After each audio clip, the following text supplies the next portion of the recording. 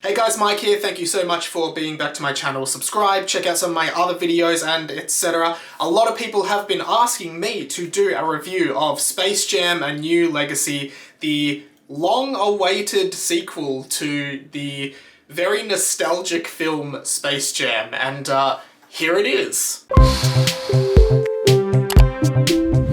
Okay, so I barely even know where to start with this movie because I didn't even realize that I think Australia, where I'm from, has a really advanced screening of this. Like, it's out in the cinemas, but I don't think it's out worldwide yet. So I guess we are really lucky that we get to see this movie really early, but not many people seem to know that it's out, and I thought it would have been a bigger deal than it seems to be. And obviously, Space Jam: A New Legacy is the first appearance of the Looney Tunes in some time. In fact, their first cinematic or theatrically released cinematic film since Looney Tunes Back in Action, which was a very long time ago.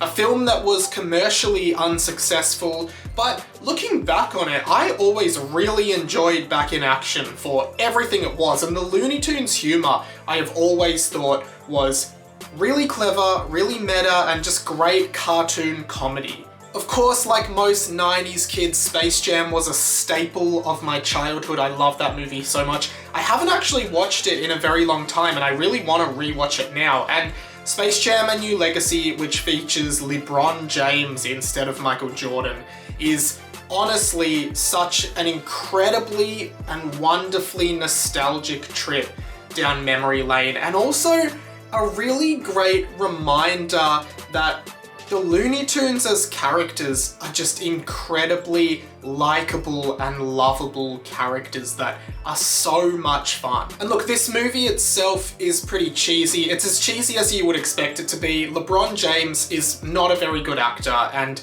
it centers around him and his relationship to his son, who he is, I guess, pressuring to be as good as basketball at him, but his son wants to design and play video games. They get sucked into a digital kind of world by the villain of the film, Algae Rhythm, which is as cheesy as it sounds, and it does take probably a good half an hour to actually see the first appearance of Bugs Bunny on screen. And I'm not a basketball guy. The only reason I really want to see this movie is because I want to see the Looney Tunes. And as soon as Bugs Bunny appears on screen for the first time, it is just like this welcome breath of the past that you feel like you missed but didn't realize that you missed. And this movie takes you through a journey of some of Warner Brothers' most famous franchises, including Harry Potter, a lot of the DC superheroes, as well as Game of Thrones, and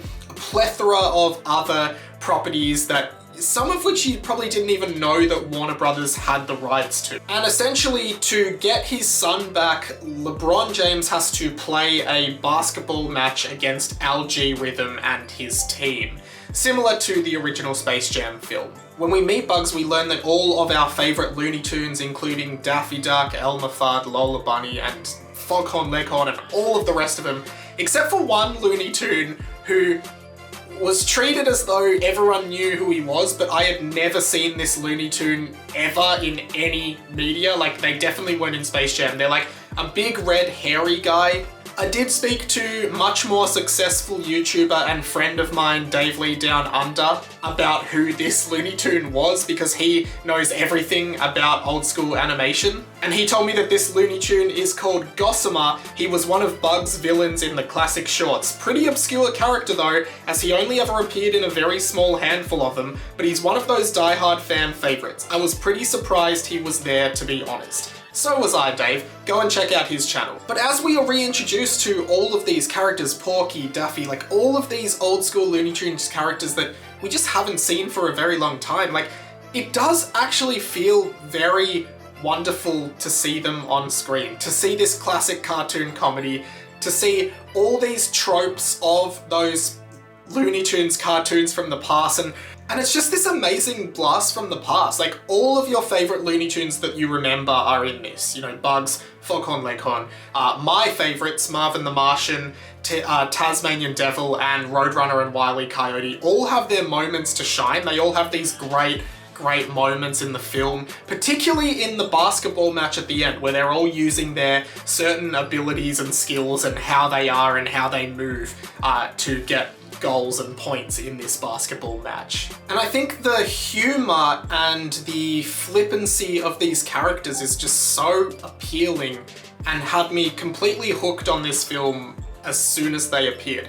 Like I said, that first half hour where there's no Looney Tunes is, you know, pretty slow but necessary. But then as soon as you start seeing these characters again, the way they move, the way they link so well with the real life world, or as well as how LeBron James ends up going into the toon world and having a cartoon form. Not only that, but then all of the Looney Tunes are brought into a 3D CGI animation style, kind of like reminiscent of something like the Sonic the Hedgehog movie or the Detective Pikachu movie, right? Where these traditionally 2D animated characters get CGI animated for, like, I think the first time for the Looney Tunes, but I could be wrong. And it's amazing how naturally they all kind of just transition into this state. Like, they don't feel off at all. Like, none of them feel weird. They all feel like this is exactly how they would look, and they are so true to their animated forms. Like, even something like the Roadrunner in 3D, like everything about that character, as well as Wile E. Coyote, which you see them, you know, doing their thing together on the basketball court, everything about them feels totally normal in the CG. And I feel like that was something that they really had to get right, because they are in that state for a lot of the movie. And if they did it wrong, I think it could have just looked really off and off-putting. There are so many cameos from other Warner Brothers related properties at the basketball game. I can't tell you all of them. I'm sure somebody will do a breakdown video of all of them, but the ones that I spotted were Pennywise the Clown from It, The Mask, a lot of Flintstones characters, and a bunch of characters that I didn't recognize but really stood out. A lot of these are clearly just like, I guess, green screened in, and they're just animated to do the same thing over and over again, which you do notice if you're looking at those characters, but I mean, I don't think we could have hoped for anything more than that. I would love to see a breakdown video of all of the cameos and references that went over my head in this. There are also a few references to the original Space Jam. I will not spoil them here, but there is a certain appearance in this that really surprises you, I would say, and it's really funny how they've made the reference back to the first one, and how the Looney Tunes respond to this as well. There's also a lot of kind of meta real-world references with, like, a lot of Nike references, which is obviously like a branding thing, but they did it in a really funny way. And what I will say, kind of wrapping up my thoughts on this movie, is that, and I saw this with my brother, who afterwards said that the Looney Tunes are nostalgic characters, which is why you can only really have a movie with them every 15 years or so. But I'm gonna slightly disagree with that notion, because I really did feel like there was so much to glean here from the Looney Tunes characters, and there was so much energy and fun with these characters. And I know that, you know, you definitely couldn't put out a Looney Tunes film every year for the next 10 years, but when I watched this film, I realized that I missed the Looney Tunes since seeing them back in action, and it's disappointing that they haven't really been in the mainstream media for a long time. I guess they're not exactly the most relevant characters anymore, and they're just simply not as popular as they were in the past, which is totally relevant. But seeing a lot of movie parodies with these characters, for example, there's a parody of The Matrix in this, which I believe has been one of the teaser trailers, so this isn't a spoiler, but, you know, Granny from the Looney Tunes is a character in The Matrix, and seeing that, I would love to see more of the Looney Tunes in, say, short films or short parodies of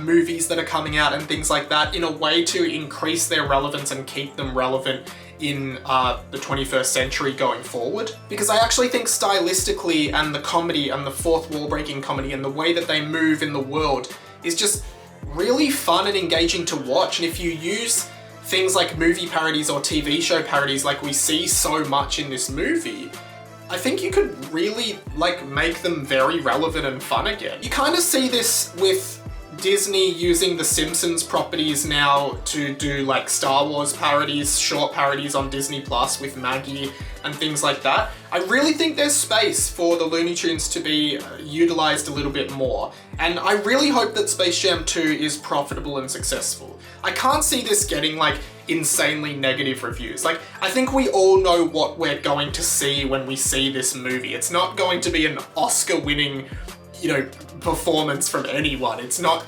that kind of movie, but for what this is, I think this is really engaging, entertaining, funny, and just like, I don't know, just 2 hours of a really fun time, and I think you should definitely see it. How have you seen it? Let me know in the comments below. Give this video a thumbs up. Let me know your favorite Looney Tunes as well. I would love to know what everyone else's favorites are. Like I said, mine are Marvin, Tasmanian Devil, Roadrunner, Wile E. Coyote were always my absolute favorites of all time.